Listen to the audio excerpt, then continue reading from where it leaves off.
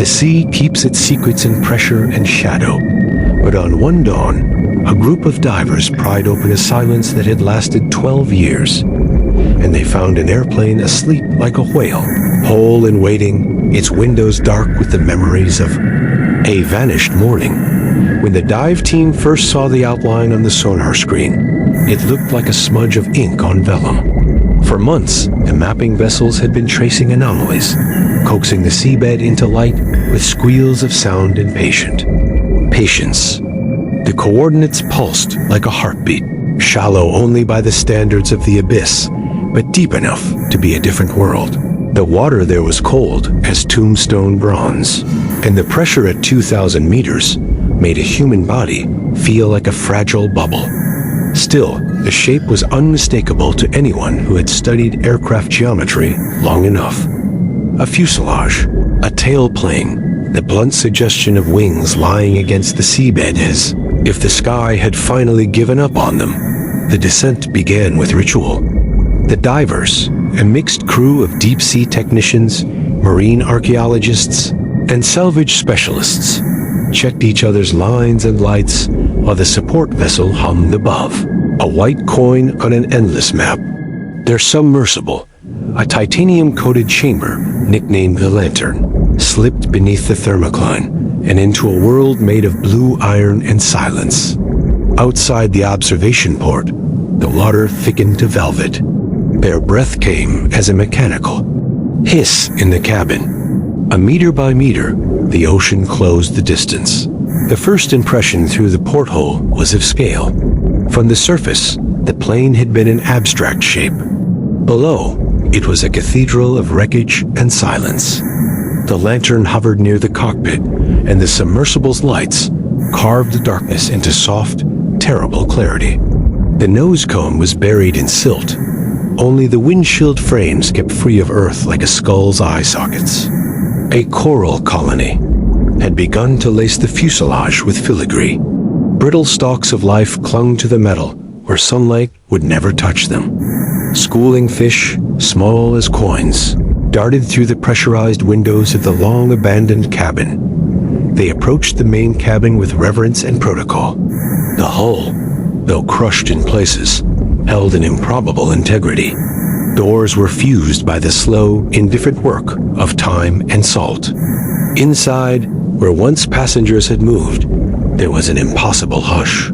Seats remained upright in some rows and collapsed in others. Upholstery flayed and bleached to a ghostly beige. Paper fragments, travel documents, a magazine, perhaps, floated like delicate fossils in the still water. The team moved methodically, photographing, measuring, and sampling. Every test was cataloged with the dull precision of people who knew how to read tragedy without rushing to poetry. What made the discovery astonishing was not merely that the airplane had been located.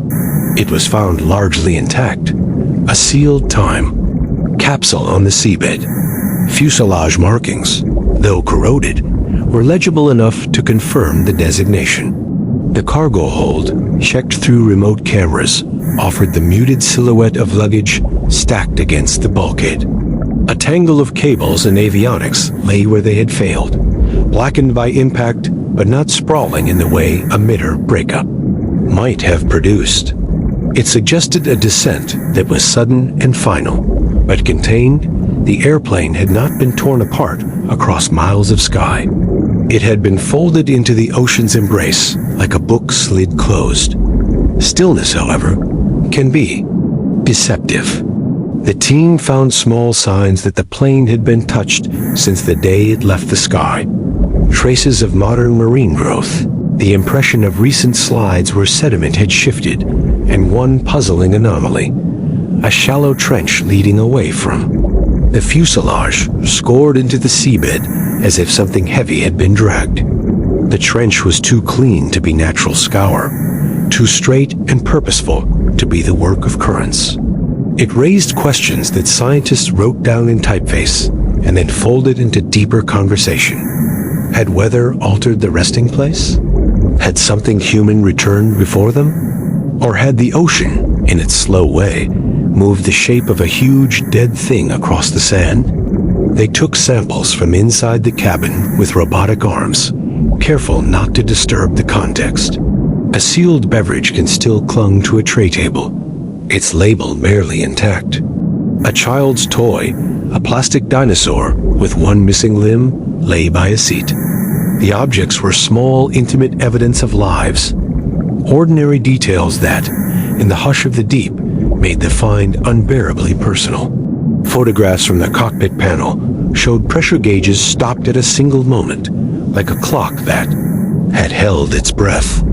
The flight data recorder and cockpit voice recorder, the infamous black boxes, were the prized relics. The team located both within a cratered panel. Their surfaces bore the scars of impact, but not total destruction. The prospect of reading the last minutes of a long-lost journey spawned dissonant hopes and warnings alike through the crew. Rescue and salvage in deep water are not acts of heroism so much as long, bureaucratic patience dressed in engineering. Bringing those recorders to the surface required careful improvisation. Lift bags filled with compressed air, a lattice of winches and cables, and endless calculation to ensure the recorder's brittle electronics would not splinter under ascent. Stresses. When the first recorder broke the surface, the crew cheered in a sound that was almost a reflex, then fell silent. The device was encrusted with salt and life, but its casing was recognizable, and it bore a label that was the key to the world's longest-running mystery. Back on land, experts in sound and signal worked for hours beneath fluorescence and the rattle of machinery. The cockpit voice recorder, when unlocked, did not yield cinematic revelations immediately. There were only fragments, a cabin chime, a voice that might be routine, an alarm note. The flight data recorder's data was corrupted in parts, victim of impact and time, but thanks to redundancy and luck, there were segments reconstructible. Altitude, heading, the dying line of instruments that mapped an aircraft's last breaths.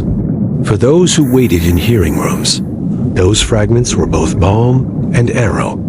They offered structure to avoid, and yet unveiled new questions about intent, failure, and the cruel arithmetic of fate. The archaeological approach to the wreckage reframed the passenger airplane as both machine and memorial. Each seat row was a chapter, each personal item an index. Trenches were surveyed and sliced in virtual models that allowed investigators to rotate the scene in 3 dimensions. The patterns of deformation suggested forces that were localized, rather than dispersed, indicating that catastrophic breakup emitter was less likely than a high-velocity impact into the sea, the sort of collision that can leave the general form intact while denaturing the instruments inside. The wreck's position, however, contradicted many of the earlier drift and search models. It lay hundreds of kilometers from previously prioritized search corridors. Oceanographers scratched their heads and recalculated currents. Climatologists revisited storms logged that year. Each page of data shifted the narrative the way light reshapes a landscape. Public reaction unfolded predictably and painfully. Families, some of whom had lived under a heavy canopy of unknown for more than a decade, were summoned with the utmost care. For the relatives, the discovery was a double-edged deliverance, at once an answer and an invitation to new grief. Small rituals followed, DNA samples taken, personal artifacts cataloged and returned where possible, private memorials held on the deck of the recovery ship, beneath cruel, indifferent stars. The world watched through streaming feeds and briefings, hungry for closure, yet uneasy at the final image of a plane at rest on the ocean floor. Scientists, too, embraced a mixture of awe and obligation. The wreck offered a rare chance to study how modern aircraft decompose in deep-sea environments, how materials corrode under pressure, and how ecosystems colonize metal like a new island. Marine biologists documented species thriving where sunlight would never reach. Synoptic footage showed an unexpected richness of life clustered around the wreck. feeding on the organic detritus that the crash had dumped into an otherwise barren plain. The site became, paradoxically, both grave and habitat, a place where loss fertilized life. The discovery also reignited debates about responsibility. Investigations into regulatory oversights, air traffic control communications, and airline protocols resumed with renewed vigor. If the data recorders could be read cleanly, they might answer mechanical questions. They could never fully reconstruct the human choices that preceded the descent. The line between technical explanation and human narrative was blurred, complex, and ultimately irreducible. Some called for humility in interpreting the record. Machines tell sequences, not motives. In the months that followed, the wreck remained a bounded study, cordoned off from scavengers and gawkers, preserved as much as possible for forensic clarity. Artifact conservation teams worked to stabilize what they retrieved. Restorers cataloged fragments, washing silt from fabric and desalinating metal with meticulous patience. A virtual memorial was established online where names, stories, and images allowed a scattered global public to convene. For many, the find was less about the mechanics and more about reclaiming an erasure, a way to point to a place in the world and say, "This happened here." When the last dives were logged and the lantern was boxed away, a sense of uneasy completion settled. The ocean reclaimed its own. Coral continued its slow embroidery. The trench that once bent away from the fuselage softened,